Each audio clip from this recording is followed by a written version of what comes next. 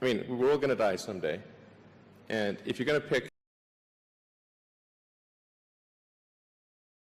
you know, if we're born on Earth, why not die on Mars? Seems like maybe it'd be kind of exciting. But so I think given the choice of dying on Earth or dying on Mars, I'd say, yeah, sure, I'll die on Mars.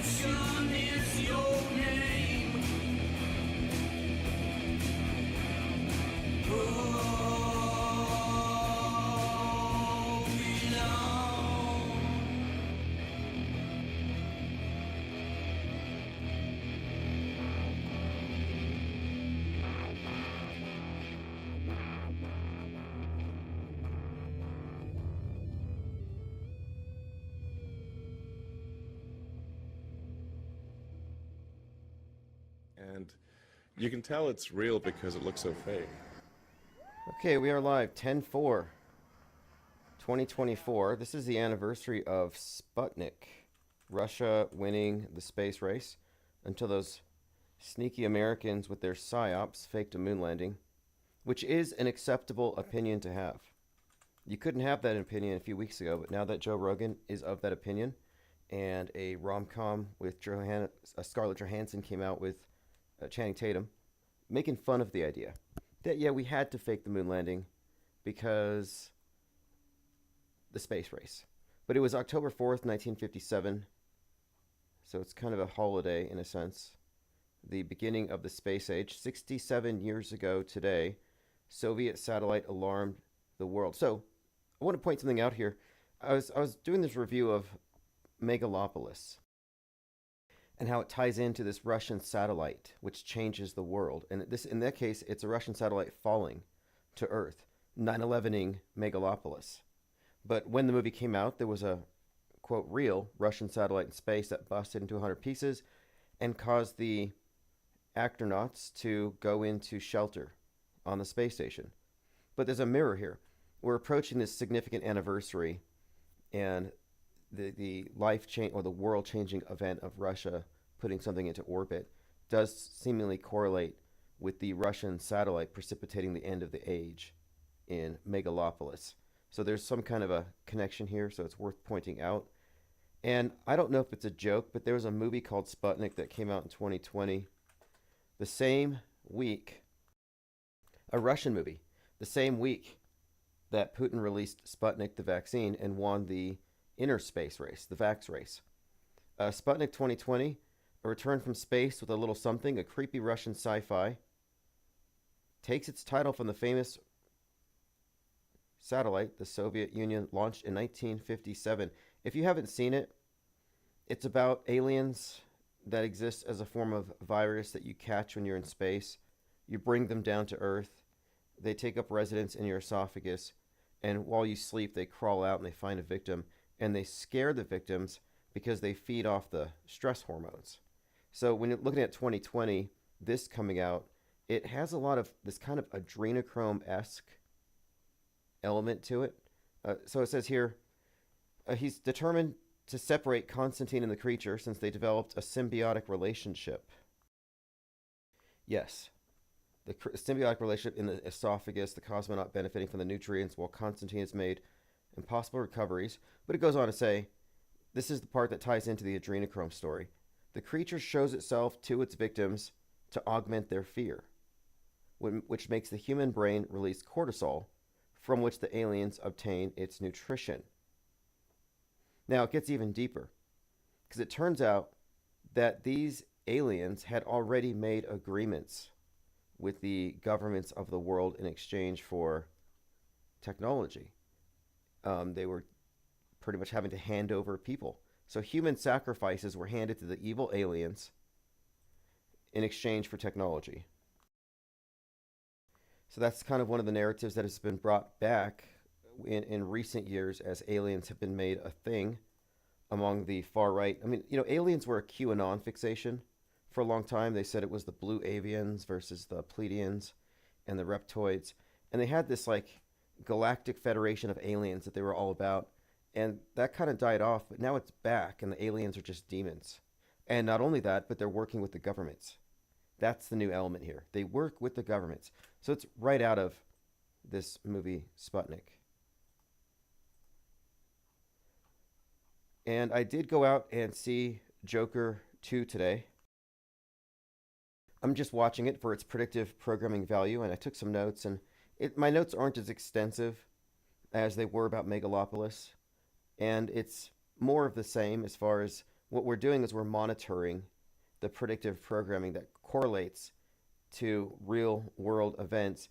And the Joker series with the Joker 1, Joker 2, as well as the Batman stuff with the Christopher Nolan, these have been like mainstays of predictive programming for major transformative events since like 2012. And there's no indication it stops. And so when you look at these same metascriptors and the work they put out, they're leading us to the nuke. Like that's what we're waiting on. The major plot twist is the major game changer. And so it's significant that Megalopolis is also Megalon, Mogalon, make Rome great again. It's obviously about now. And when they had the Russian satellite fall, I do think it correlates to the idea of the end of an age, the end of an empire, and the space station. Or if the space station doesn't fall physically, there has to be some kind of, some sort of, I don't know, maybe the Russians lock the Americans out once they leave. All right, we're joined by Diana South, Portal Complex, Roxy W, Observing Reality, Hero Paranormal, King Ravana, Ted Stryker, thank you for joining, Reverse History, Flozik. Reverse History did a podcast with Armin Ree, which I have to get my hands on, and I'll share it once I do. Joined by Flozik. King Ravana says the union workers are bearing bananas with Jimmy Hoffa. The union workers, the longshoremen, are saving the children who are trapped in the shipping crates. And the Hells Angels are rushing over to Aurora to stop the Venezuelan gangs from taking the turf from the Crips and the Bloods. These American jobs are being lost, And they've moved on. Now the new current thing is overhyping up the devastation from the hurricane, where you have people giving second and third hand accounts, taking credit for it, posting screen caps of somebody else's horror story that they heard secondhand, and they're doing this for clicks. This engagement bait, we always see rage bait, clickbait, rage bait. Now they're going into mainstream media turf, just sheer atrocity propaganda for clicks.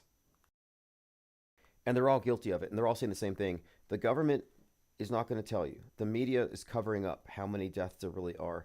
Just like with Maui, where the truthers are running around saying, where's the 1,500 dead kids? 1,500.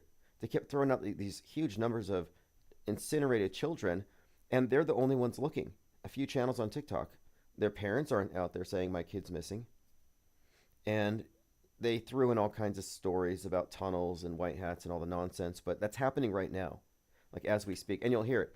And so I'm listening to one of these obvious propagandists talking about how he tried to deliver supplies and he couldn't because the roads were broken, and he fake cried for a minute. I mean, crisis acting isn't just a liberal thing. It's not just leftists trying to take your guns. There are crisis actors full spectrum. And so this obvious far right MAGA type is crying, talking about the devastation he heard about. And then he says, and damn the government for giving the money to the illegal immigrants. That's kind of like a synopsis, and you'll hear it. It's like, okay, I was waiting for that. Joined by Lord Laney, AJ206, Messianic Charlatan, Constant Elevation. Thank you for joining. We crossed the threshold. We're actually at 70. We've been filling up fast. Earthbull says, Nash Bridges, a show about a detective living in San Francisco. Remember the Golden Gate Bridge? Yeah, what's the deal with the Golden Gate Bridge? We did notice something with the Francis Scott Key Bridge.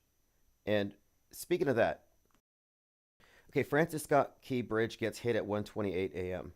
12:08, Leave the World Behind, released. 10:28, you have the death of Chandler Bing / Matthew Perry. We were noting bits of predictive programming in Leave the World Behind for that bridge falling. And as we're looking into this bridge, this Francis Scott Key Bridge, we find the Mountain Dew connection, which is just funny. It was called Star Spangled Splash. We have another one today, by the way, like Southern Shock.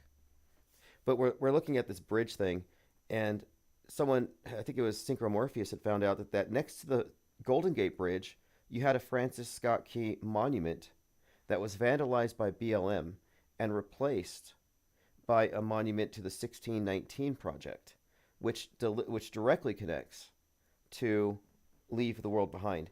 And the idea of the 1619 Project is, it runs deeper than just, I mean, it's the polarity, 1619 and 1776, but it also has a lot to do with the national anthem and the significance of players protesting it.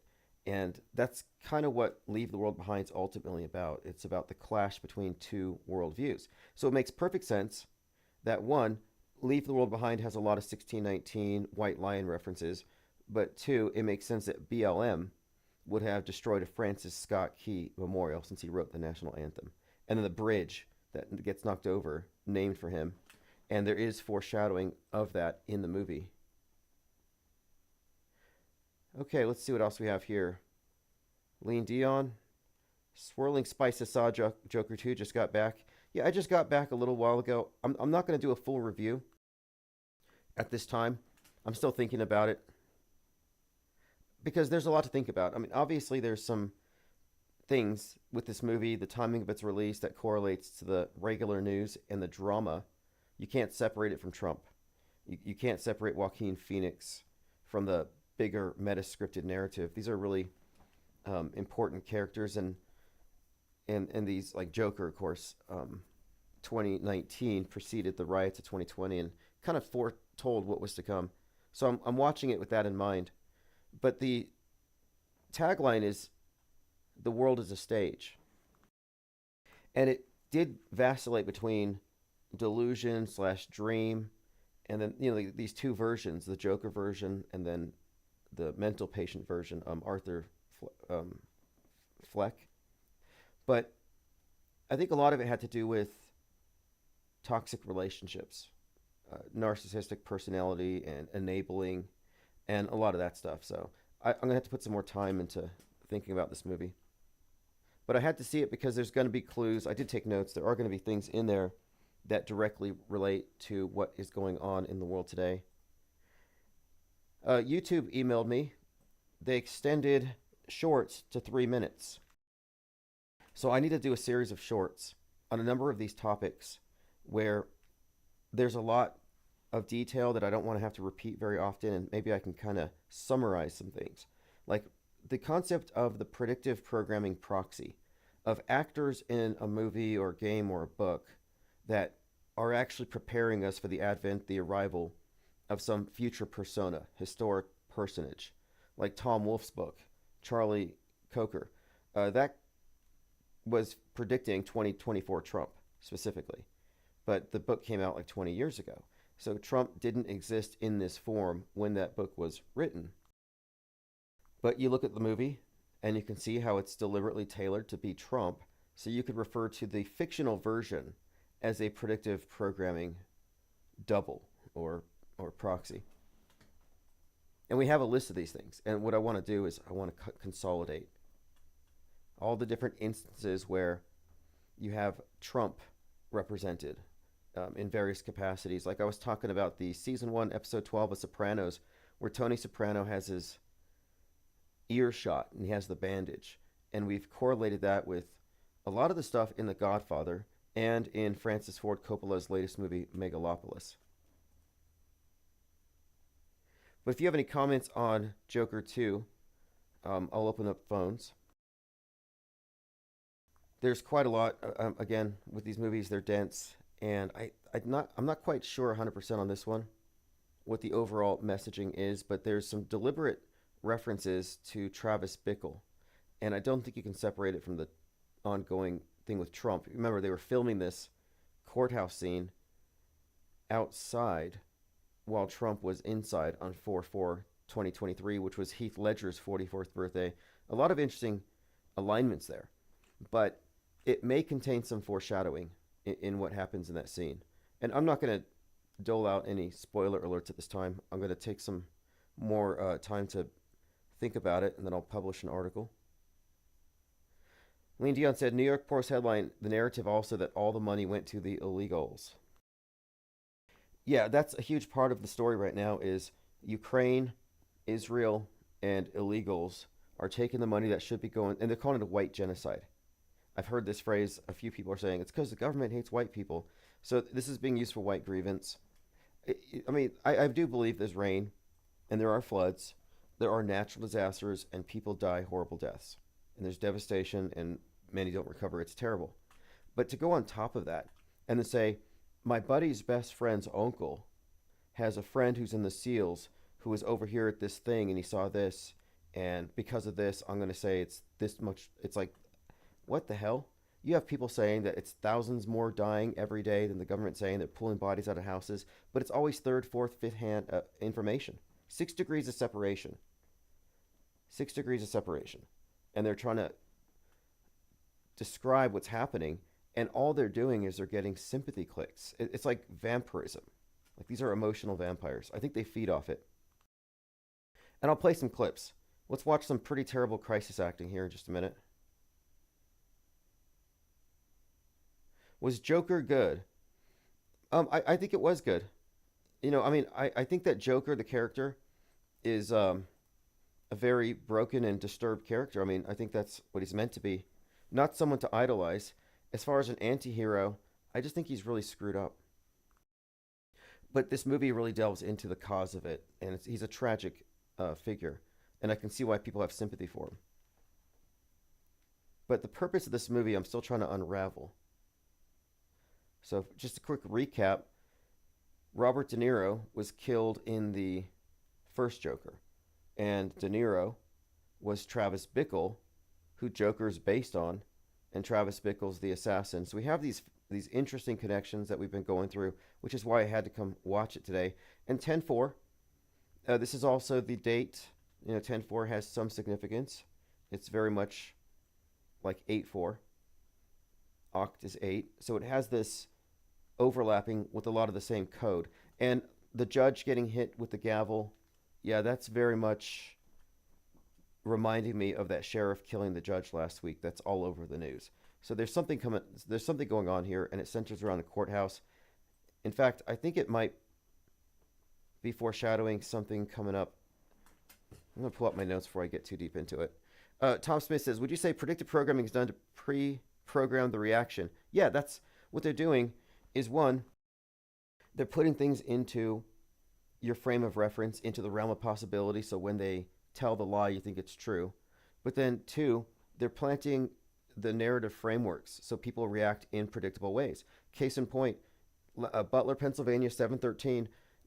Now, Trump got shot there for political reasons. They did the magic trick there because of its location. But if you think about it, look at the narratives around it. One, Trump gets shot while talking about illegal immigration. So there's that. But then the stuff that gives it away as pre-programming people's reactions is the Secret Service were dismissed as DEI, as women, as too short, as too scared.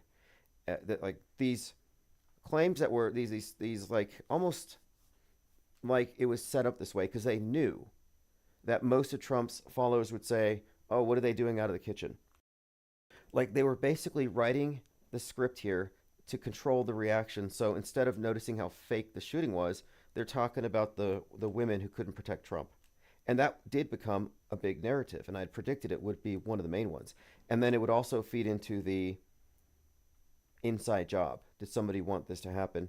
But every element to that event was done to steer people into talking about very aspects about it in predictable ways without ever questioning its basic authenticity. So there's definitely narrative plants. They're planting narratives in advance, steering our reactions. Joined by Pippi Langstroth. Swirling Spy says, I also think it was good and very sad. Yeah, I think it's going to be talked about quite a lot into the future. I think there's a lot to talk about with the movie because it describes this interesting phenomenon where somebody with a persona that they've developed, a protective personality, someone who created something because of a traumatic past, this thing gets more or less it becomes the center of their attention. You know, you talk about narcissists and their self-centeredness, but what enables it are other people. And in certain relationships, they have this mutually enabling relationship where they're actually building each other's worst aspects up. And that's kind of what you're seeing here. And so it's kind of interesting to watch this relationship between these two characters, Joker and Harlequin. And it's not a new thing. This has always kind of been the basis for it. But it makes me wonder about MK Ultra, for example. The idea of trauma-induced mind control. And is there really something there to these theories that there are ways of splitting somebody's mind and then inserting a completely different person? And that's kind of what this movie confronts. Very interesting stuff. I would call it it's more psychological than action like Batman usually would be. Okay, let's see. Plain Dakota says it's not a white genocide. What's actually happening here is what being shown countries are over anyone is any. What do you mean? Oh, I see. Countries are over. Yeah, I think so too. Countries are over. This is the alien invasion. The grays represent the gray is the synthesis of black and white. It represents the completion of the great work. I think that they are tearing down the distinction. Nationalism, it has to go. And if you look at MAGA, MAGA is almost like a caricature of nationalism run amok. They've created this caricature with QAnon. They're running amok, storming the Capitol, bunch of terrorists, they're racist, look at their hateful memes. I think they're setting up MAGA to take a fall on behalf of nationalism and just to make it look terrible. And I think they've succeeded. But I think the objective here, I mean, why do you think that MAGA, that Tucker's followers, hate aliens? I'm talking about extraterrestrials. They're being taught to think extraterrestrials are demons. And so if the aliens invade, they're going to drive out there with their MAGA trucks, their Trump flags, and their shotguns, and they're going to fight the demons that work with the Democrats. They hate the aliens for the same reason they hate the illegal aliens. It's the same agenda.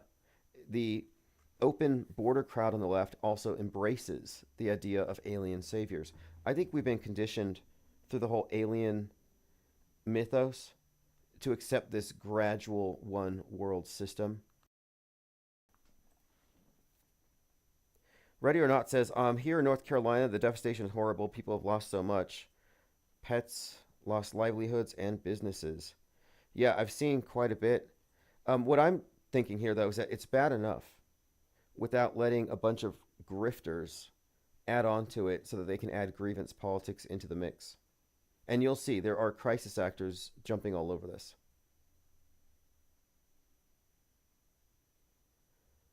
Okay, let's see. Steve Green says Joker and Diddy link. Yeah, I saw that. Warner Brothers told Diddy to stop wearing that costume. Now, is this Diddy thing going to be another Epstein where they hype it up, you think everybody's going to fall, Like if you remember in 2015, 2016, they thought everybody's going to fall. All the Democrats, the deep state, they've got dirt on all of them. Trump has blackmail on everybody. They hyped this story up for a long time. Nothing happened. I mean, we do have a video of Diddy kicking some lady in a hotel, and a lot of videos of him obviously high and gropey. He groped Mike Tyson, and Mike Tyson moved. It was like I was like, okay, there's something there, I think, but at the same time, is it going to be anything at all? Or is it this another distraction, sort of like the Epstein thing, where it ends up being a nothing burger?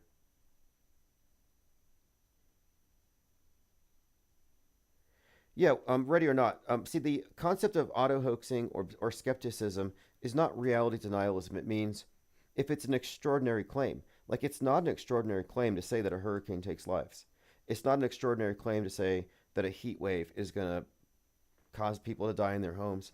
So you don't automatically say in these instances that it's meets the standard of, or it doesn't reach a high enough standard on its own, where we have to actually be super skeptical about it. However, you do have to keep in mind Maui, 1,500 missing dead kids incinerated by direct energy weapons. Turns out there was nothing there. So I'm really cautious about where I get my news from. And I'm not believing that it's somehow American patriots fighting FEMA to deliver goods and illegal aliens are sabotaging it. Like there's like all these other stories that are coming in. I'm waiting for them to report on the longshoremen and the Hells Angels showing up to deliver goods. So I'm just very skeptical about a lot of the claims when people want to attach themselves to this stuff. I mean, do you remember Brian Williams? Brian Williams claimed that he saw bodies floating down the street in Katrina from his hotel. Yeah, he was on the ground. He wrote it out.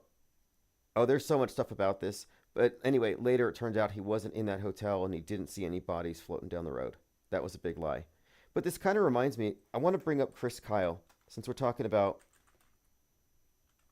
propaganda attached to real events. So Chris Kyle is, I believe, the inspiration for Kyle Rittenhouse. This American hero, U.S. Navy SEAL, 4 tours in the Iraq, and he had a record for body count. I don't know how high it was. I'll pull this information up. But the thing about Chris Kyle is I also think that he's a huge liar. And I don't know if the 160 confirmed kills for which he got the Silver Star were real. And he's dead now, so there's no way to know. But listen to this. I find this to be kind of hoaxy. It says, in 2013, during a late-night drinking session, Chris Kyle drove to New Orleans after hearing about looting in the aftermath of Katrina. He brought a sniper rifle, got on top of the Mercedes-Benz Superdome, shot a number of armed civilians they said were making trouble. According to the report, Kyle claimed to have shot 30 people. Another recollected Kyle asserting that 2 men had shot 30 between them. A third person didn't recall the specific number. So this story was later discredited. There's no evidence that Chris Kyle was on top of the Superdome shooting looters. And you notice that shooting looters isn't a thing anymore. You can't get away with that. Kyle Rittenhouse is reviled. They don't look at, I mean, he's not seen as, he's called a murderer by a lot of people. Chris Kyle also killed 2 men at a gas station, he claims. He said they tried to rob him, but he drew his weapon and shot them both. And the police let him go. And he said he often got emails from police officers thanking him for, quote, cleaning up the streets. There are a number of these stories. These are like tall tales, all fake.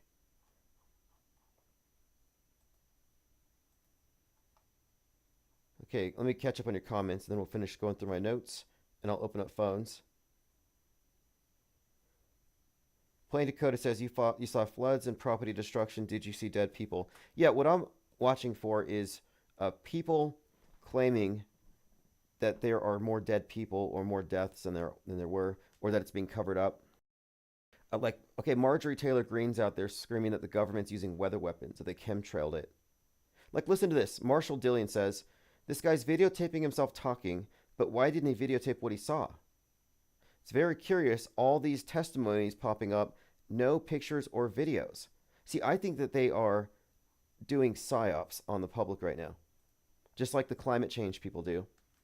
But in this case, like with the polar bears, drowning polar bears, they fake like the polar bears can't swim. They show you animals in distress because climate change, and a lot of it's just camera angles and propaganda.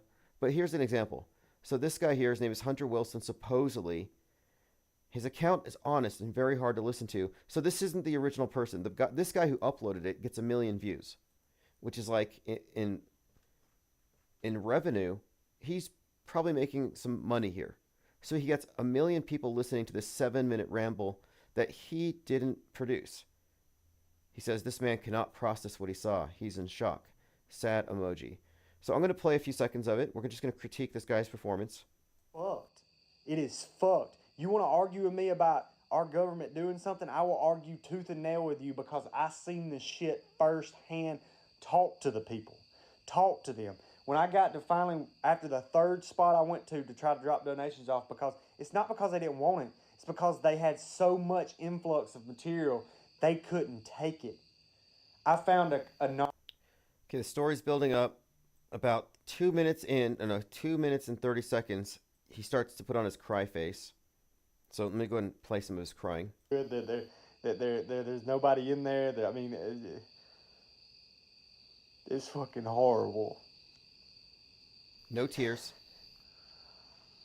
Every bridge almost is wiped out. Everybody's saying, I'm a one-man band. I'm trying to do all. Okay, he's crying over broken bridges. He hasn't actually seen anything firsthand yet.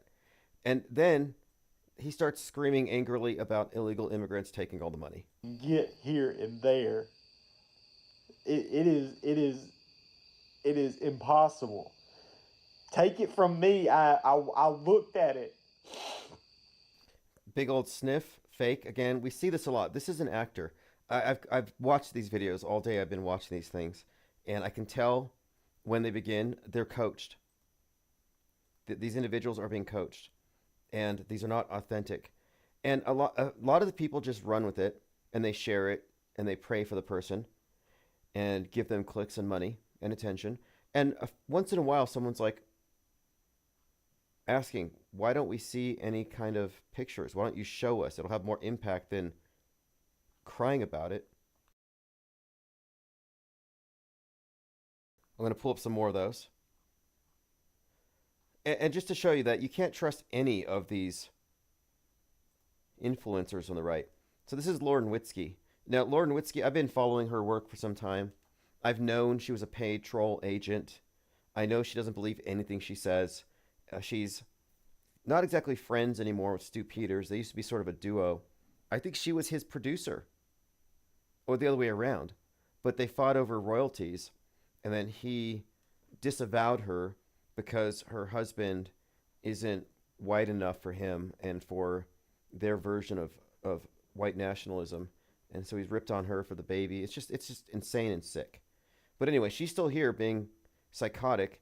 Lauren Witzke says, I get the feeling the East Germans must be rethinking the merge with their western half. A wall could come in handy right now. Now, she was part of a lot of these anti-vax docs, and I just want to point out anti-vax and anti-immigrant go hand in hand for a reason. It all has to do with this border psyop. The right-left split. The right is closed borders, closed skin. Left is porous skin, porous borders. It has to do with your relationship to the one world, to big government. And you can see the left automatically is geared that way. So now she's describing how East Germans don't like all these immigrants, and she plays this clip. And the clip here is suggesting that these women here are being harassed.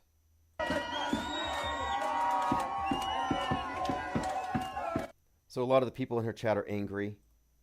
So I scroll down, I do a little more research, because I don't believe anything I see.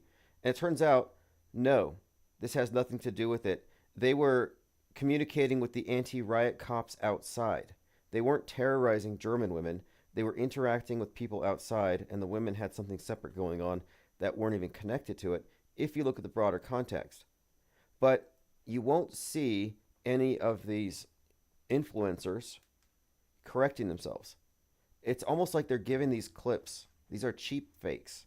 I think they're given these clips in a folder. Like they all belong to a Telegram, and they're all confidential informants. They're all FBI. They're all Fed instigators. And they're told, hey, spread this, spread that. They're propagandists at this point, propaganda mules. Okay, here's Marjorie Taylor Greene. They can control the weather, she says. And she's doubled down on this. I mean, they don't believe in climate change. They say, oh, climate change is ridiculous. Man can't control the climate. And then the next thing you know, well, you do have HARP and chemtrails. Okay, she said, you can control the weather. It's ridiculous for anyone to lie and say it can't be done. The map of the hurricane affected areas with an overlay of electoral map by political parties, and it could affect the election, she warned. Greene's remarks came to be known as the Jewish space laser remarks, despite she insisted she never actually said that. But yes, she's being ripped on for this, and I think it's a ridiculous claim. They'll say cloud seeding. I heard people say they're cloud seeding us. That they did cloud seeding to create a hurricane. No, hurricanes happen. Okay, listen to this. This is just one example. Patriot Takes post this, quote, no helicopters are rescuing people in North Carolina. I heard a lot of people saying that they're blocking helicopters. The truth of it is, North Carolina National Guard had 146 flight missions and extracted 538 and 150 pets. So they're lying at this point. The truthers are lying and they're exaggerating things. But why? By the way, here's the Mountain Dew Southern Shock. Yep, we have found that Mountain Dew is a consistent source of predictive programming and tends to foreshadow natural disasters. And, well, one of them said pitch black. We're waiting for that one to come true. But there are people out there right now who are just going out of their way to exaggerate it. So here's an example. Kevin Corbin said, will you all help stop the conspiracy theory junk floating over Facebook and the internet about the floods? For example, they're saying FEMA's stealing money from donations, body bags are being ordered, bodies are not being buried, the government's controlling the weather from Antarctica, and the government's trying to steal lithium. That stacks of bodies are being left at the hospitals, and on and on. This is a catastrophic event. It's the largest crisis event in the history of North Carolina. The DOT has deployed workers from all over. Yes, there's neighbors helping neighbors the way it should be, but don't let these crazy stories consume you. I'm leaning towards most of the exaggerations here are being done for political reasons, to blame the storm on Biden and the left, the Democrats. It's a weather weapon. Everything MTG is saying is believed by the nonners and former QAnoners. So you might not see Qs flashing around, but Q's still there. In 2015, 2016, the Q people are saying that there's children in the tunnels under the cities and they're being trafficked. You no longer hear that from the Q people. But now these regular MAGA types are saying the longshoremen are on strike because they're tired of transporting children in these big crates, and they hear them screaming and scratching at the walls. So they brought back a lot of this Save the Children stuff. They do it right before the election, and it's because it reaches into people's, it taps their heartstrings, it pulls their heartstrings. It's what it does. It's like emotional manipulation.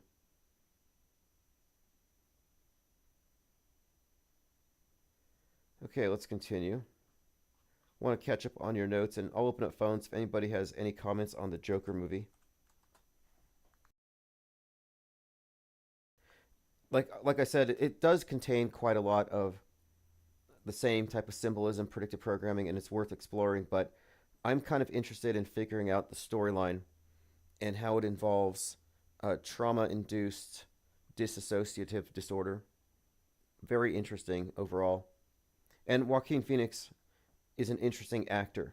You know, we talk about directors, meta-scripters, and we point to numerous directors like the Nolans who are overly, like, just very well represented in fake news events that they foreshadow. But Joaquin Phoenix is one of these actors whose roles are also very much well represented in future fake events.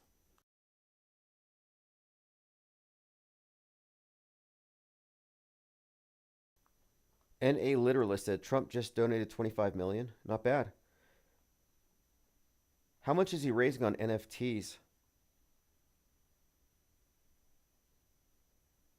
Immortal L says truthers are spreading speculation and theories without sufficient proof of their claims. Exactly. And if you retweet it, see, I retweet these things usually with a note like fake news, clickbait.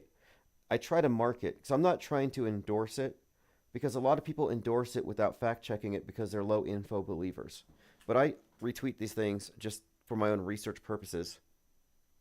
Yeah, they've been saying, and a literalist, they have been saying that these shipping containers are full of trafficked children and that the longshoremen are tired after all these years of hearing these children scratching at the walls and screaming for help.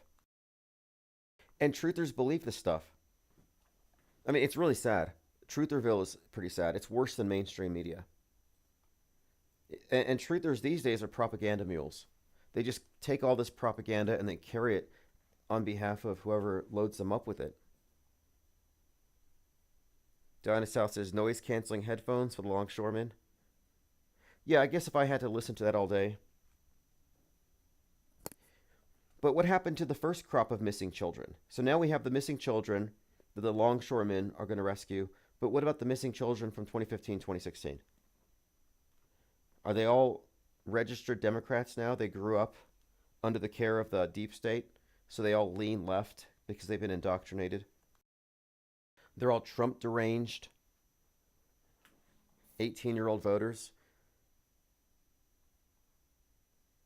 What's up, Marcel? Good morning from the Netherlands. Tim in chat. Thanks for joining. Okay, let's see. Lean Dion says, one headline says it could swing the election because they were MAGA states. So people say Democrats did it, which is what Alex Jones is saying. Yeah, plain decoded. They need a different name than truthers. I like troofer, Troofer. But I decided I'm going to label them truthers or leave that label because now it's a pejorative. If you recall, truthers used to say, don't be an auto hoaxer. They say that these deaths aren't real. They would shut us up. It wasn't mainstream. Mainstream doesn't notice us. They don't have the nuance to see the various shades of truthers and media skeptics, but it was truthers who said no auto hoaxers allowed. So we took that name auto hoaxer. And like, yeah, we're right. So I say they should keep truthers, and we should turn that into a pejorative in the exact same way. They try to quarantine us and push us out of their club, but now we're quarantining from them. But we do need to define what trutherism is, because it's the alt media, controlled opposition, and it's the acknowledged media. The difference between like what we're doing and what we'll say like an Alex Jones does is that he gets censored, he gets banned, but he's acknowledged because he's the acknowledged anti. Those who are skeptics who recognize the fakery don't even get noticed or even reported on. So we don't exist in their fictional MSM universe.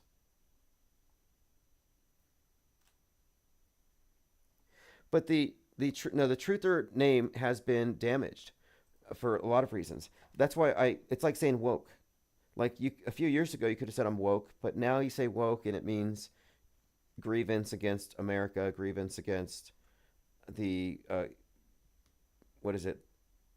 systemic oppression, etc. You buy into a whole worldview with wokeism. And trutherism is alt woke. You can use the term, but you're mixed in with a lot of people who have sacrificed truth for clicks.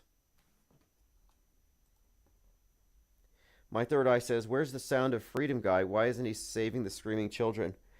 It's because he's human trafficking. This guy is such a terrible person. The anti-trafficking hero. This is so funny. No, it's not funny because there's victims, but basically, Tim Ballard is being sued by a lot of the women that he took with him on his human trafficking raids because he would tell them in great detail how to groom themselves and how to dress and how to behave so they could pretend to be his wife undercover. But then he took it further. He tried to get more out of them and put them in really bad positions. But he technically was trafficking these women in order to exploit them. Tim Ballard's work on sex trafficking became the basis of the hit movie Sound of Freedom, but a series of women have, exposed him as a predator. And also, the Mormon Church disavowed him. His name, Tim Ballard. Ballard was associated with some important person in the Mormon Church, and he insinuated he was descended from that. Well, no more. No, he had kind of a quiet fall from grace. I watched that movie. I reviewed it, and I didn't believe any of their hype. I didn't believe that they were actually rescuing anybody, and it seems like what they actually were doing is staging it. Like, the guy's just doing psyops. There's nothing really more to it. Lane Dion says quoting Alex Jones, they used a weather weapon against Trump. Elephant Tusk says to enroll at the Infinite Plane University College of Autohoaxology and Skepticism. We actually do have it. I haven't promoted this very much, but I'm going to start producing these 3-minute shorts, and I can include them in this format. It's called Teachable, but I have the IPS Institute for Advanced Media Deconstruction.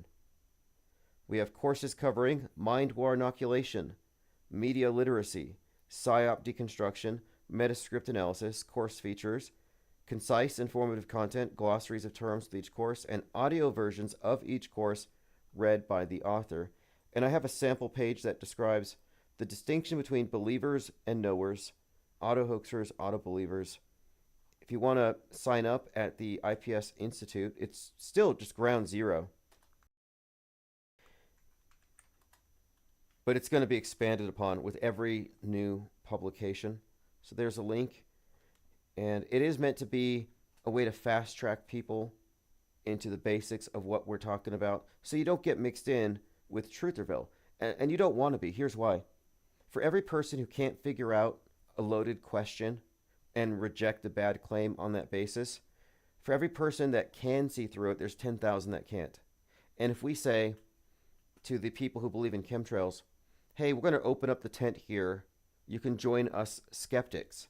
Well, now you have people who might be skeptics in a lot of areas, but they also have a major vulnerability which renders them anti-skeptical and then outnumbers us. And we don't want to be outnumbered by the confused. We don't want to be outnumbered by the scared or the triggered. My Third Eye says, I tried to watch that movie. I made it halfway and got bored. What movie are you talking about? Are you talking about The Joker? Because you missed out if you didn't stick through it. It's kind of a musical, but I really can't say too much about it now. I have to think about it again, because I think it's rather profound in certain ways. It might be insightful even. I'm interested to see what psychoanalysts have to say about it. Yeah, phone's open, 505-510-4226. Plain Dakota says, can I get a PhD in autohoaxology? You know what I have to do is complete the course. I have to write the second part. I'll publish that, but eventually we will have some kind of certification, and based on your level of certification, you will be given further access. Like, I like the idea of having the IPS PSYOPs department reactivated, the Black Wrench. And you may not have heard about it because our vetting process involved you have to be known in person first. But we had a lot of interesting ideas we have yet to implement. But I want to make sure that we have a way of screening people out if they're not serious. We can't let any moles get in. And moles, as in people who aren't operating from an off-world stage perspective, won't be able to navigate that stuff. You can't fake it.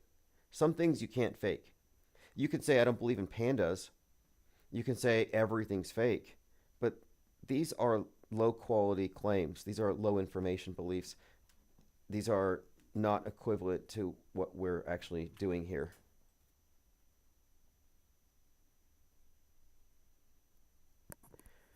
Okay, phones are open if anyone wants to call in. I'll put it on the screen.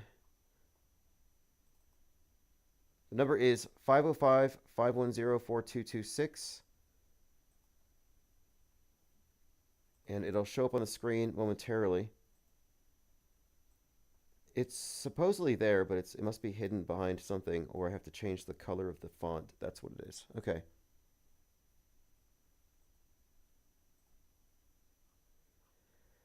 Yeah, you know what?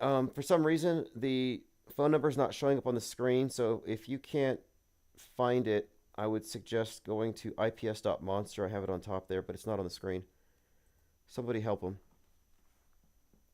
XG said, so that lady that told AOC we need to eat the babies was a troll, or was she serious? She was trolling. She was trolling. That was great. She did not break character, and she stuck to it. She was so committed to that AOC didn't throw her out, but treated her kind of gently. And she's like, yeah, you know, we do need to eat the babies, but now, it was rather clever. Infinite Plane Radio. Hey, Tim, it's Hero Paranormal. How you doing? Hey, what's up, Hero Paranormal? Thanks for calling. Yeah, I also got to watch The Joker today, and I thought it was very interesting. Not what I expected at all, and I'm wondering if it isn't sort of like an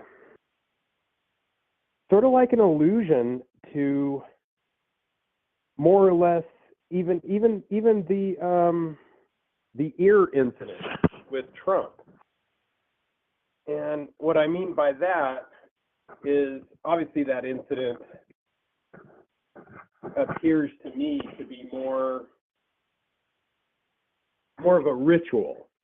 And have you heard about this ritual where you take off the shoes and it's, I don't want to throw any shade on it. Wait, hold on. The shoe thing. Okay, because Trump's shoes came off, and the first thing before he said, fight, he did say, where are my shoes, right? He kind of was overly concerned about his shoes. Like, why would you be worried about that at that time? So it could have been a prop. But what's your take on the meaning of the shoes? Because they seem to show up at a lot of psyops as well. And, shoes are kind of like a mainstay of psychological operations. You always see a single shoe posing for the cameras at every major psyop. It's a tell. It's huge. Yeah, the shoes, as you know, like October 1st, this was, and many other, I would say it's something deeper into the pool. It's kind of the deep zone where the shoes represent more of a ritual being performed. And but in this Butler, Pennsylvania event, what I found was really interesting. But really quick though, what do you mean? What do you mean by ritual? When you say ritual, like as far as the shoes go, where is this a practice? Like, what is the significance of the shoes in this case? Yeah. Okay. So it is an ancient practice, which used to be symbolic and had legal binding implications. This would have been in Israel and the Middle East. And this was like at a time when most people couldn't write or they were greatly limited. And so it was sort of allowed as a way for people who were illiterate to participate in legal transactions because biblical evidence and extra canonical support by scholars believe that this was kind of a rite at one time, widespread in the Middle East as a way to kind of either hand over. Yes, I did. It was like a something. ceremony to hand over land. The Masonic shoe is a symbol of a physical confirmation of a spoken deed. To unloose one's shoe and give it to the other was a way of confirming a contract in ancient times. So yeah, I remember coming across this before, that there is some significance like the single shoe. And we correlated this with a lot of these different psyops where it's like, who left their shoe behind? It's like this Cinderella thing, and it just became so consistent we expected it. And maybe it seems to indicate that those in the know will recognize that this was a psyop that was just performed. Exactly. Yeah, this I think for the people in the know or the participants that were watching and knew what was going on, I think, this was often used for somebody to kind of hand over property which they formerly had a right to. But I think it's interesting that this took place politically in that stretch between obviously East Palestine and Butler, Pennsylvania. So this was an area that symbolically, I believe they've called it like the most important, politically, it's like the most important stretch of land. Well, I still don't know exactly about the shoes, but there must be something. The makeup on the face. How do you think that was accomplished? Do you think it was ketchup, like the Secret Service stopped at a McDonald's drive-thru and got an extra ketchup packet, or do you think it was like a squib, maybe in the hat? I think it was a high-end squib, probably in the hat. Yeah, that's what I think. Yeah, I think A squib. I don't think he even cut himself. I think that it was. Yeah, I'm with you. I mean, the cutting, the blading makes sense, but it also could be random or could be unpredictable. And I don't see them being unpredictable. Like, what if he tried a blade and he didn't hit it right? It would have lost that whole moment. I don't think they would take that risk. So it's far more likely to me that he had some kind of a blood packet or squib and he applied it there on the ground, or one of those individuals pretending to be Secret Service is a makeup artist. But that was 100%, if you ask me, some kind of makeup. Yeah, I think there was something more to it, and there were allegations afterwards that he oftentimes spoke, or usually spoke, with his shoes off, which I kind of have a hard time buying into that, thinking that he was, always trying to be grounded. That seems super new age to me, and not really in his toolbox. But this other ritual, this ancient ritual that highlights it's very strange. It's very strange. But does this fit there that? are parts. Does this What's fit that? that? Like he was knocked out of his shoes. It wasn't like he handed them to somebody.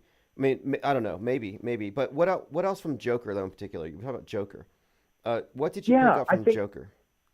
Yeah, I think it's very similar. I think that it's a scenario where it's kind of the handing over of the helm to a female figure. And in Joker, I think it would be Gaga, where you're on the edge of your seat the whole time, expecting, something. And it is very much sort of like she is enthralled into the same thing, much like Kamala saying the same thing as Trump has been saying, kind of stealing his playbook, to not mince words, and it's working, and it's just a more sellable version, right? And so it's basically kind of like the I don't know, like a transfer. It seems like a transfer of energy or of power. Okay. And I don't want to ruin it. I don't want to do any spoilers for people that haven't seen the movie, but so I won't. But there is sort of an allusion at the end of the movie to something else very Joker-like by another individual who ends up telling a joke, right? And the punchline is the final finale. But interestingly, it's again sort of that passing of, the torch from one to another. But yeah, really interesting, and definitely musical movie for sure. Right. Yeah, I did kind of get that thing at the end where the idea that he's having a child and he talks about his legacy and his son being better than this. This is like the same kind of thing at the end of Megalopolis, and I think it's important to consider the movies that come out at the same time and what parallel messaging they have. And in that one, the main focus at the end of the movie was drawn to the child that was just born, representing the future. And so the symbol of the child representing the new age, the new future, what's coming next, in that movie was a female. In this one, you don't know the sex, you don't know the gender, or the sex of the child. You don't know if it's a female, but you're right. It does seem like Harlequin would be the one who would follow up because, of course, no spoilers, but I think you might be onto something here. Megalopolis seemed to me to be very blatant about its meaning. This dissolution of this world order into chaos after Russia dropped something on us, and then they build back better. And what they build back has replaced the flag or the Pledge of Allegiance to America with the Pledge of Allegiance to humanity. A lot of one world predictive programming, in my opinion. Very much. And if there is one other very strange type of structure, which is called the Levirate marriage, or Levirate marriage, which was literally sort of also kind of goes down this shoeless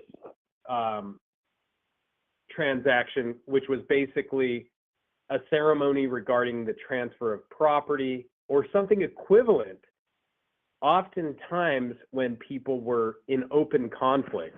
So I don't know, but maybe I'm getting too far back on these things, but yeah, there's a lot of interesting rites and rituals, and I think that definitely the Joker has meaning in it.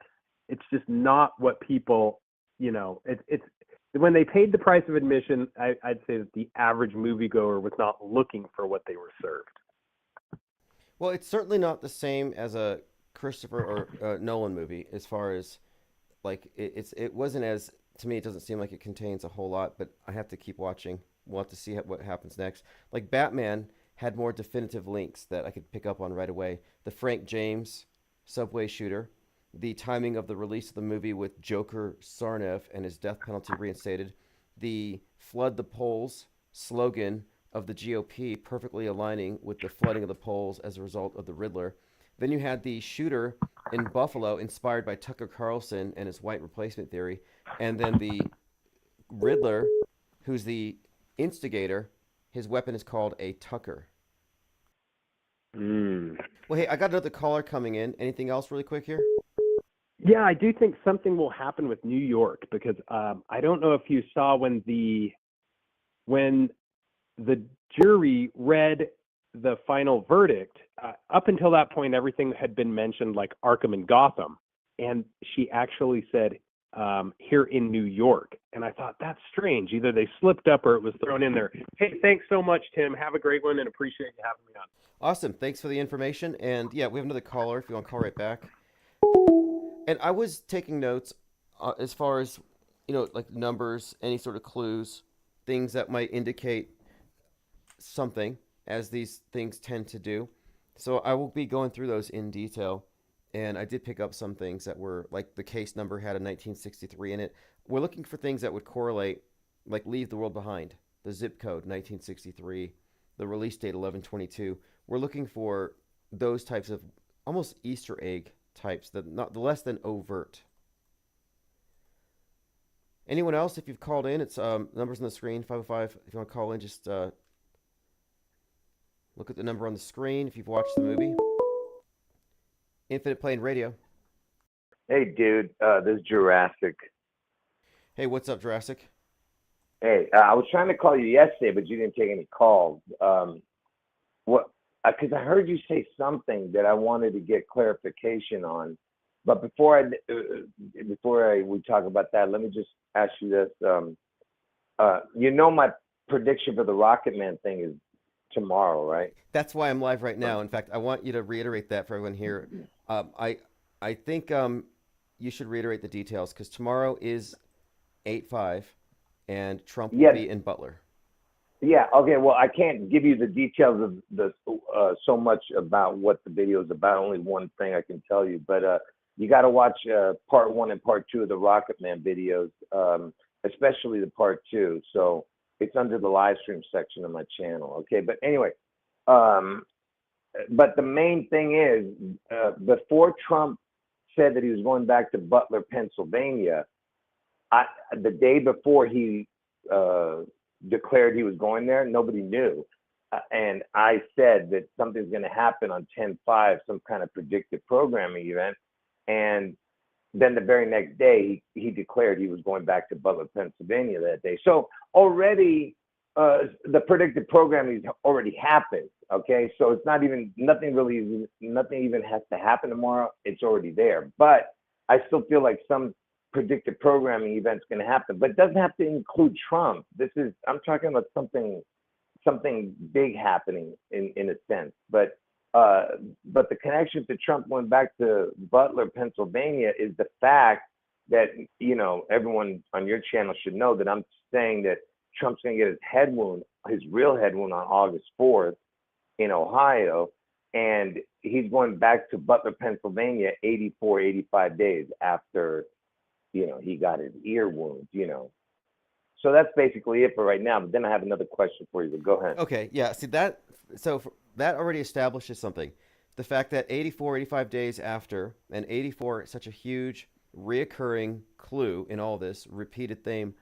I mean, there's so many things that repeat, but the 84, 48 stuff is definitive. So that he would be going to Butler this many days from that last event, that's beyond coincidence, and that's affirmative of what this plot that's rolling out.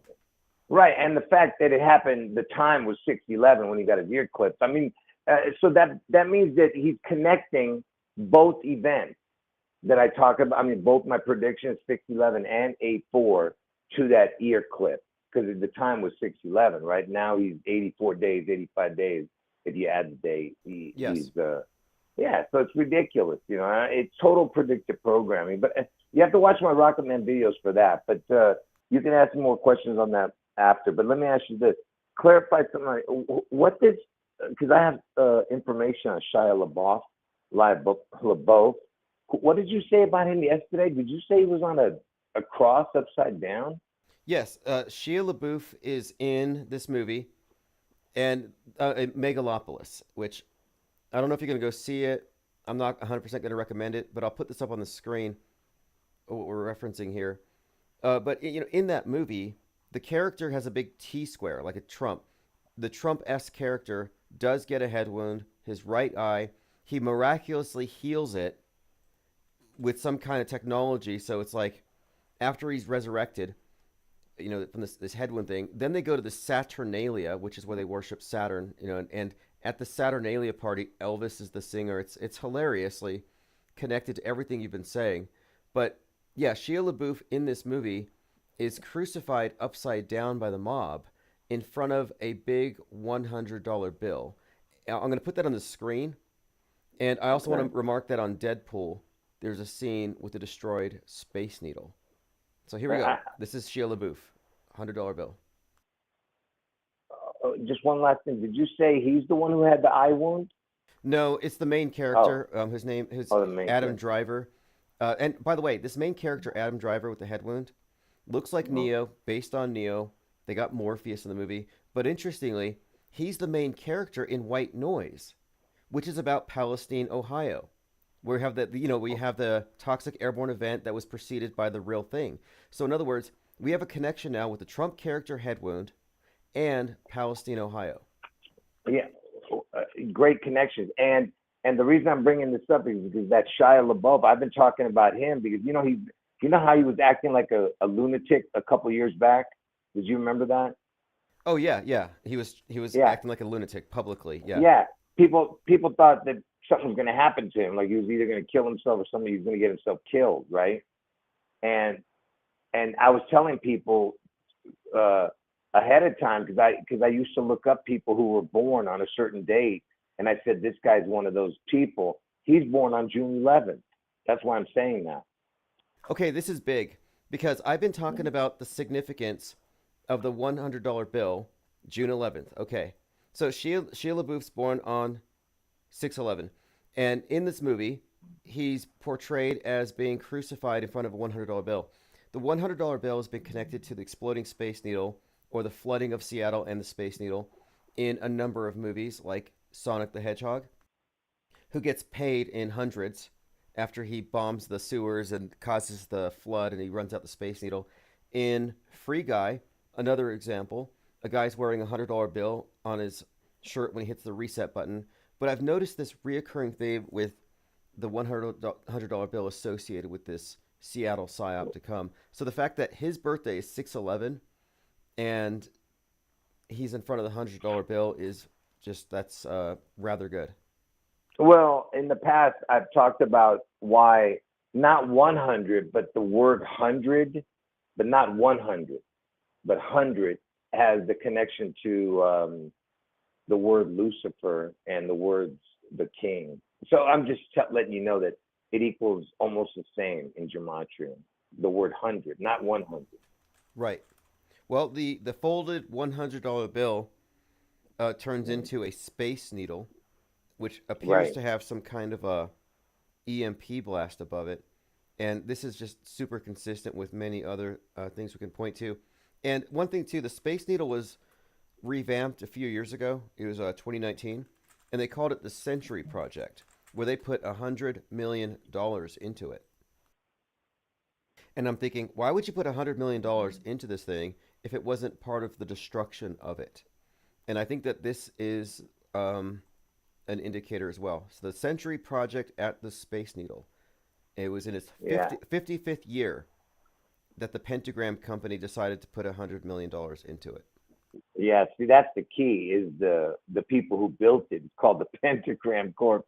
I mean, you can't, like, it's absolutely impossible to make this up, man. When you consider the fact that the words space needle equals exactly the same in gematria as fallen angel. Fallen angel equals space needle. I mean, it's a perfect, connection to that. But and you know what, man, I don't really have that much more. I mean, I have you got to watch my videos and stuff to get it all. But I just want them to see, was it really him that was upside down on the cross? That's crazy. Good connections there, 6/11.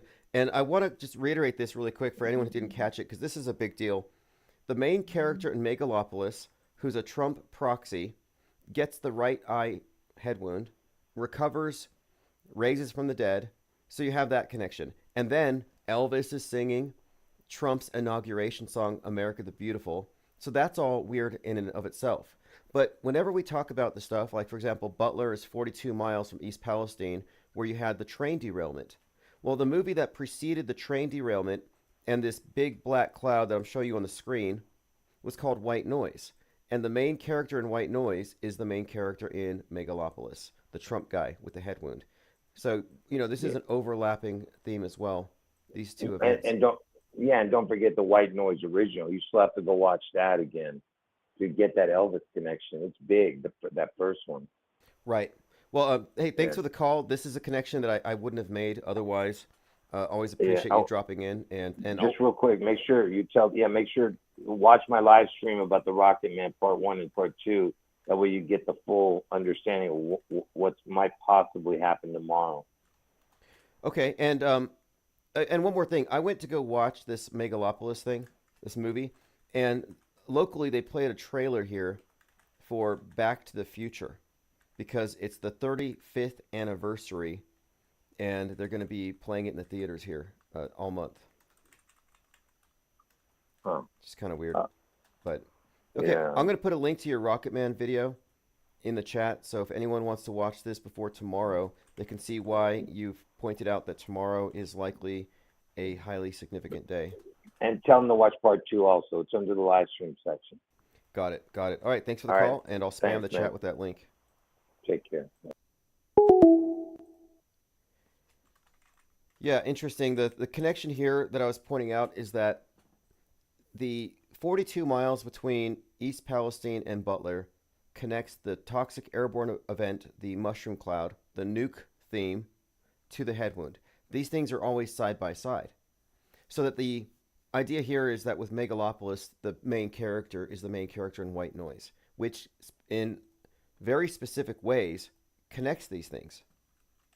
It connects these two events, pairs them together.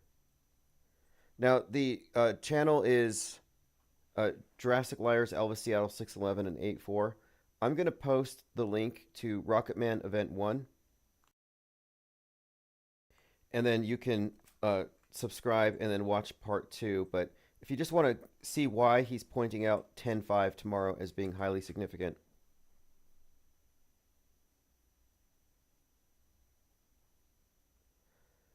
Okay, going through your comments. Diana South says Mussolini was hung upside down after his countrymen killed him.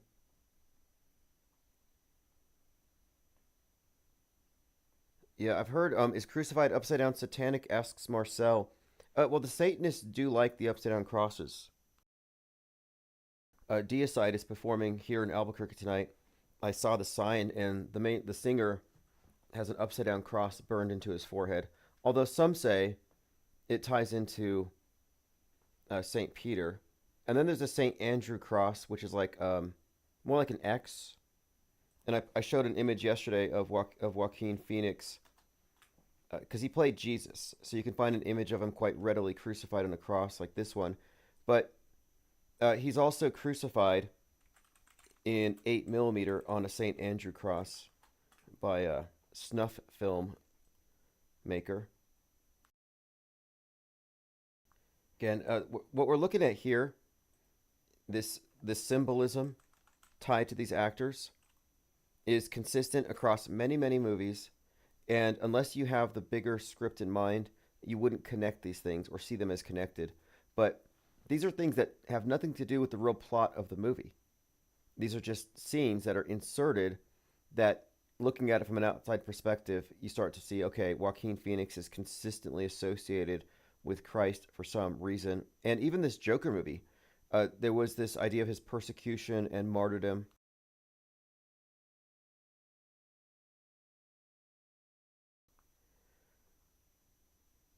Back to the Future had 116 on the Twin Pine Malls. People flipped it and connected it to 9/11. Says plain decoded. Yes, that's right. Yeah, Back to the Future has plenty of predictive programming for 9/11 and Donald Trump, whom they portray as Biff Tannen.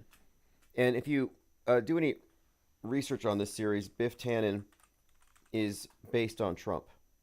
The future villain, Biff Tannen, is based on Trump. Now, what's interesting about this is that Trump right now is essentially Biff Tannen. Back to the Future writer says bad guy Biff was based on, and I think Biff Tannen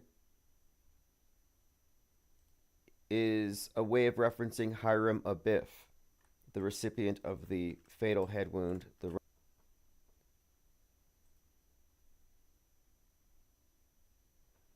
Okay, let's see. Earthbull says, I've seen others create ways to detect formulas hidden within ancient popular paintings, hidden in plain sight.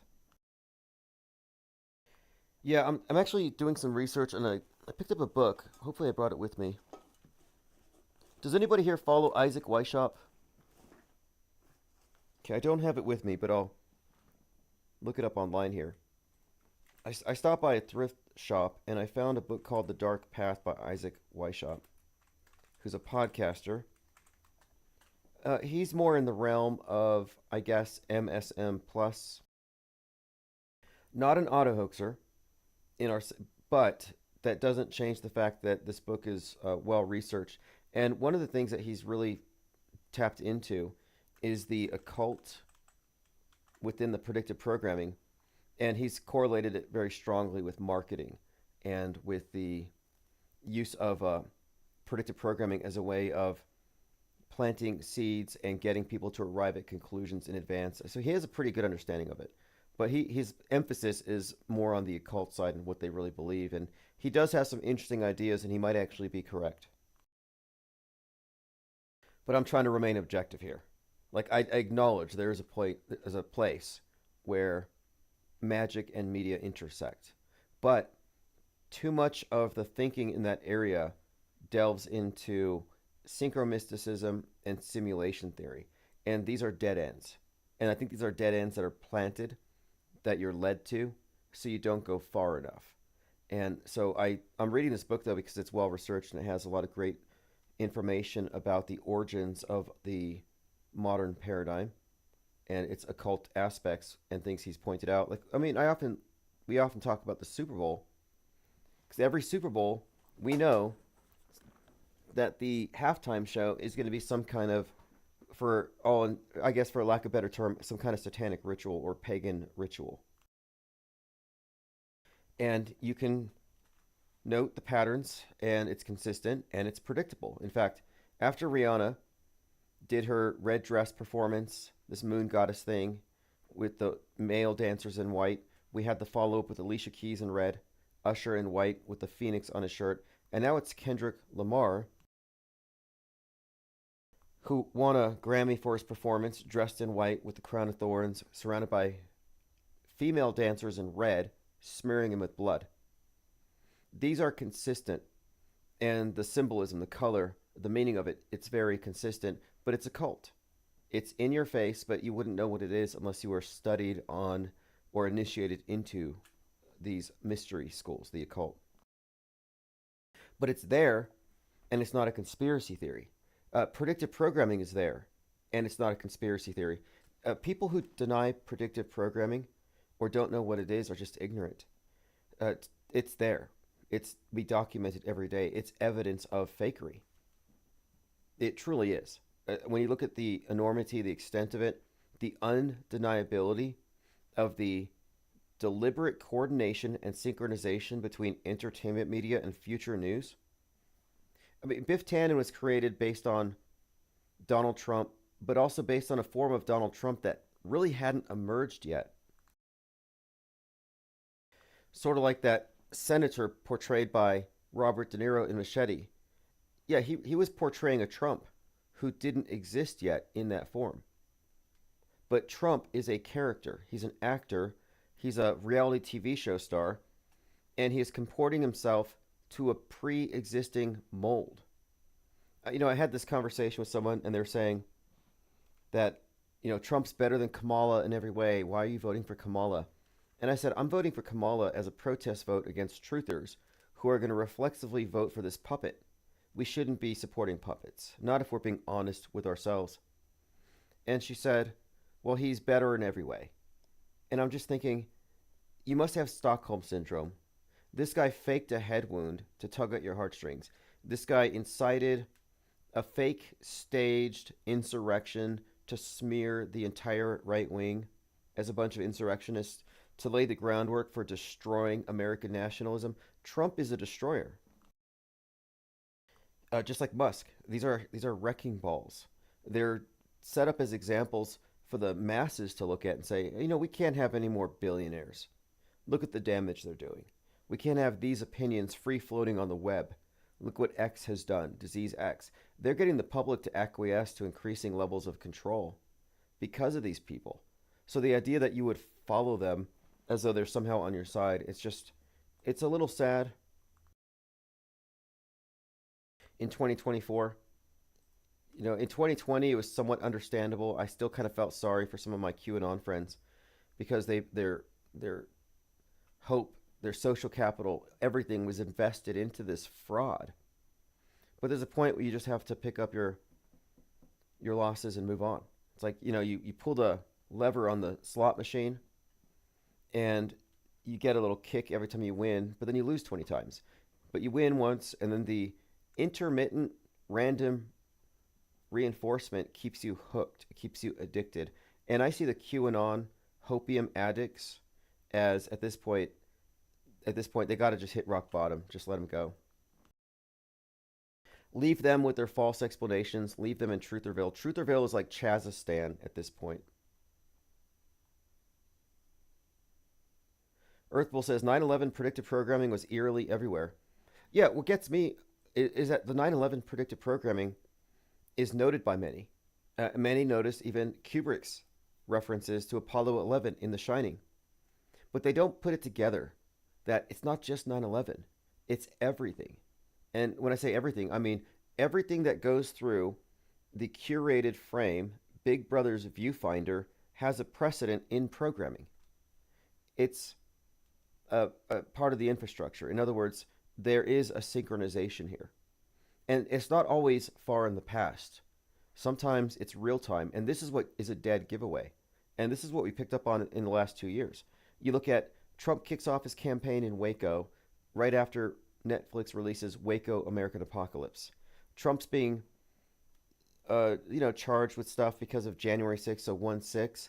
And in the Netflix trailer, they mention Waco was raided over 1.6 million rounds. And then you see a commercial right after.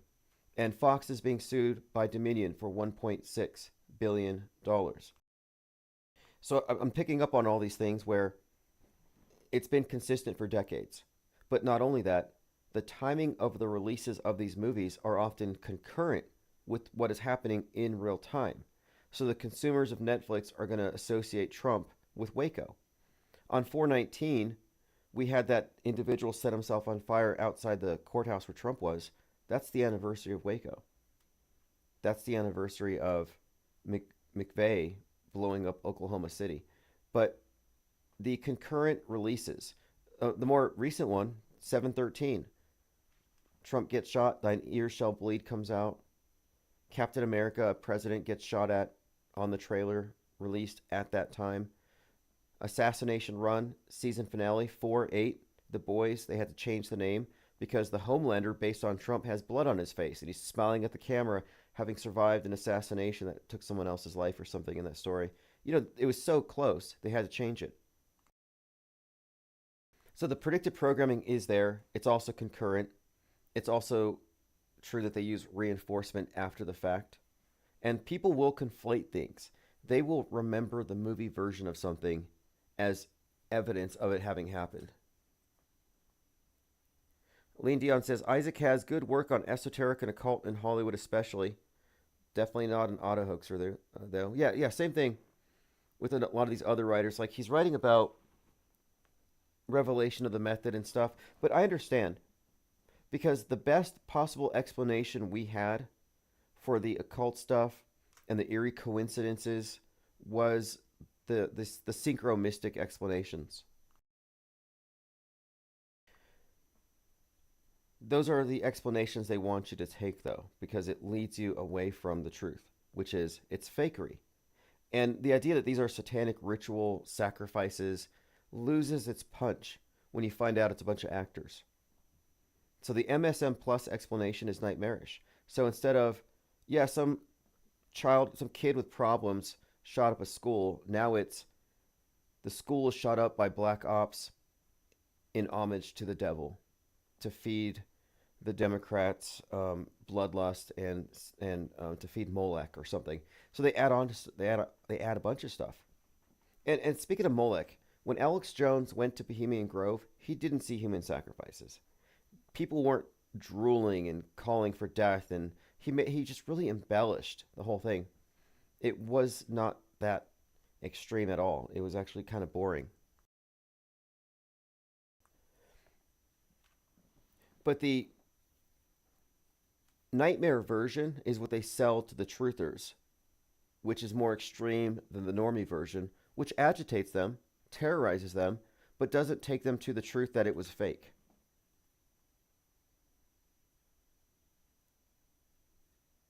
Earthbull says, people choose to be ignorant because they fear the unknown, but the power is the people. We outnumber the controllers.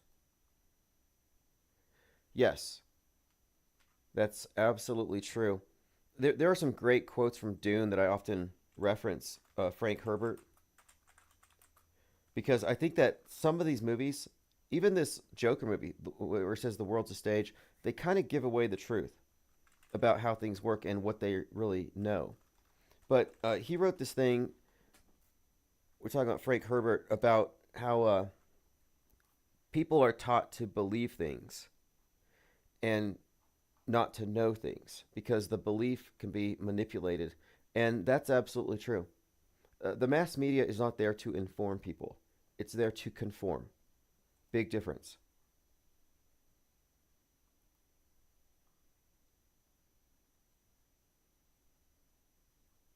Diana South says, I still meet MAGA band members. Yeah, the MAGA ban is a construct designed to be the domestic violent extremist equivalent to radical Islam. And this ties into the numbers. You know, 9/11, external threat, flip it, 6/11, the internal threat. Timothy McVeigh executed 6/11. We have so many examples of the number 6/11 being specifically attached to the right and to the nuke. Oppenheimer said the movie was 11 miles long, 600 pounds. Oppenheimer's wearing the K6. So you got 11-6 everywhere. And 6/11, again, is consistently attached to this nuke scenario. And this is where JL, the previous caller, and I, in our research, have really kind of overlapped. I was like, somebody else is noticing this 611 stuff. Dwayne Aubith says, they call themselves illumined because they bring light to the world and keep the secret of electricity is harvested through the air. I've heard that. I think it's because when they are initiating people into their clubs, they put the sack over the head and they tell them that that they can see the light now, and they pull the sack off and they see the light, the temple lights, and they're told that outside, and it's all veiled by secrecy, you have to swear an oath to secrecy to get in, that outside the masses are in a wilderness of darkness. And I think that the darkness is belief systems that aren't attached to objective reality, simulations, the simulations people live in, the consensus generated or the consensus agreed upon simulation, which is generated by a media monopoly. There's a worldview monopoly that provided the big sim that everybody lives in.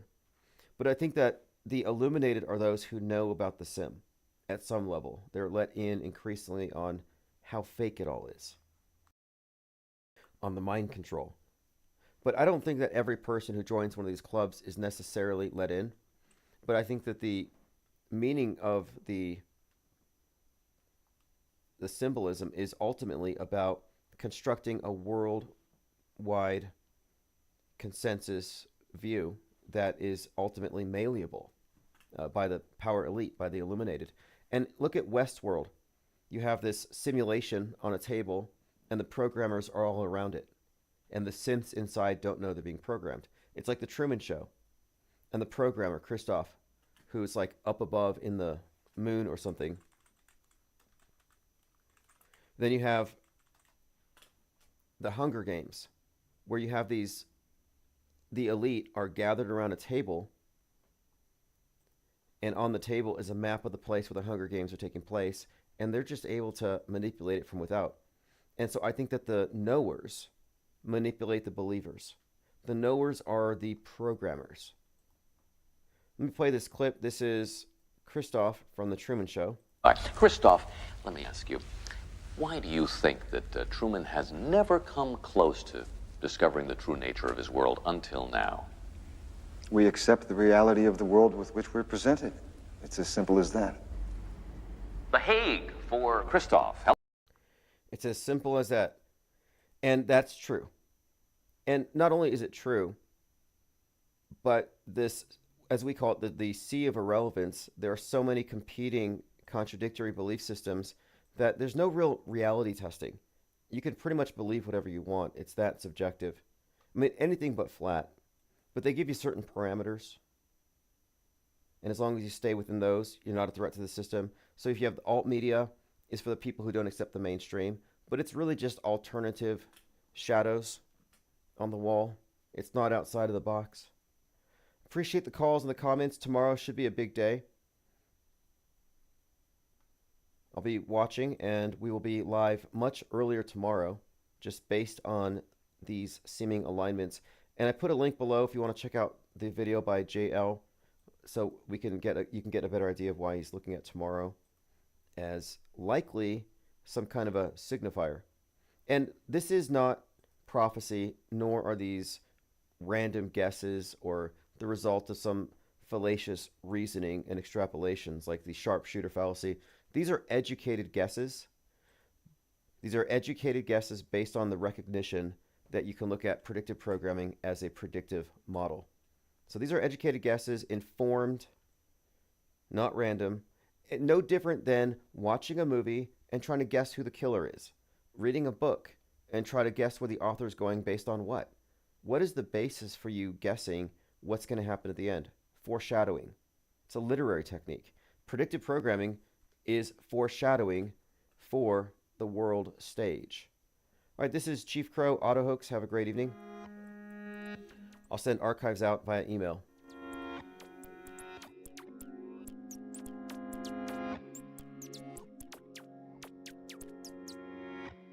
I'm on Auto Hoax, and it feels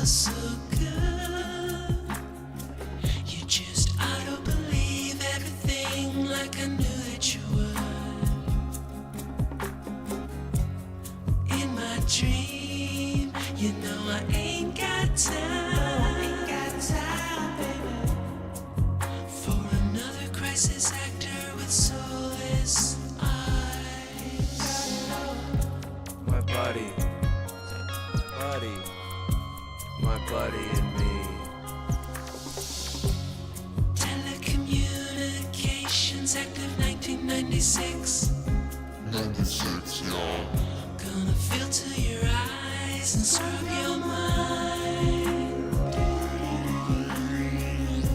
The weatherman, he's just another bad joke. You can be a doomed little donkey like Eeyore. I'm gonna be an auto hoax, and it feels so good. You just ought to believe everything like I knew that you would. In my dream, you know I ain't got time, baby, for another crisis.